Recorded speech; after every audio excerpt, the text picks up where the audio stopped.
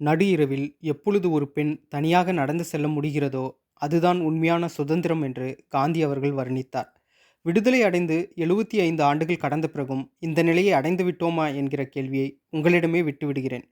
அடுத்ததாக, மக்களாட்சி என்று விவரிக்கும் போது ஆபிரகாம் லிங்கன் அவர்கள் சொல்கிறார், மக்களால் மக்களுக்காக மக்களே நடத்தும் ஆட்சிதான் மக்களாட்சி, அதுதான் உண்மையான ஜனநாயகம் என்று விவரிக்கிறார்.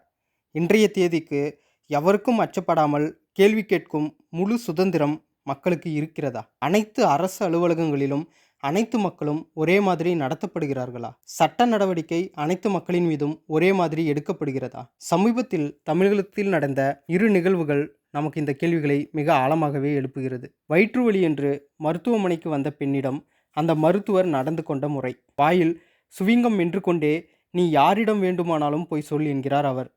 அந்த பெண்ணின் இடத்தில் ஒரு அதிகாரம் படைத்த அல்லது வசதியான நபர் இருந்திருந்தால் இந்த பெண்ணிடம் பயன்படுத்திய அதே வார்த்தைகளை அவர் பயன்படுத்தியிருப்பாரா?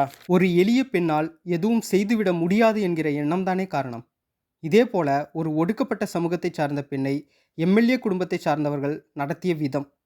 எம்எல்ஏ வீடு என்றால் ஒருவரும் கேள்வி கேட்க வரமாட்டார்கள். உங்களால் என்ன செய்துவிட முடியும் என்று சொல்லியே அந்த கொடுமைகளை செய்திருக்கிறார்கள். எப்பொழுதெல்லாம் மனித தன்மையற்ற செயல்கள் அரங்கேறுகிறதோ அப்பொழுதெல்லாம் மிருகத்தன்மையோடு நடந்து கொண்டார்கள் என்று நாம் வர்ணிப்போம். மிருகங்கள் கூட தன்னை தற்காத்து கொள்ள மூர்க்கமாக செயல்படுமே ஒழிய ஒருவரை சித்திரவதை செய்து அதை ரசிப்பதா நமக்கு இதுவரை தெரியல. ஆறறிவு வளர்ச்சி பெற்ற மனிதர்கள்தான் சக மனிதனை துன்புறுத்தி அதில் சுகம் காண்கிறார்கள். ஒரு பெண்ணை துன்புறுத்தினால் நம்மை கேட்க முடியாது என்கிற நம்பிக்கை அந்த குடும்பத்திற்கு எப்படி வந்தது?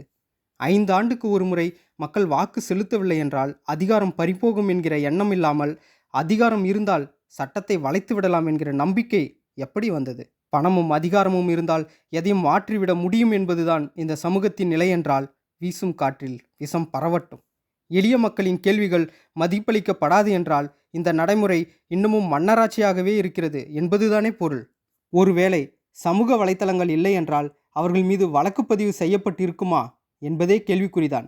என்றைக்கு ஒரு அதிகாரம் படைத்த நபரும் ஏதேனும் ஒரு குக்கிராமத்தில் இருக்கும் நபரும் ஒரே மாதிரியாக சட்டத்திற்கு பயப்படுகிறார்களோ அன்றுதான் உண்மையான ஜனநாயகம். என்று ஒரு பெரிய பணக்காரனும் ஒரு எளிய வாழ்க்கை வாழ்பவனும் ஒரே மாதிரி நடத்தப்படுகிறார்களோ அதுதான் உண்மையான ஜனநாயகம். சமூகத்தை அதை நோக்கி முன்னெடுத்து செல்ல வேண்டிய கடமை ஒவ்வொருவருக்கும் இருக்கிறது.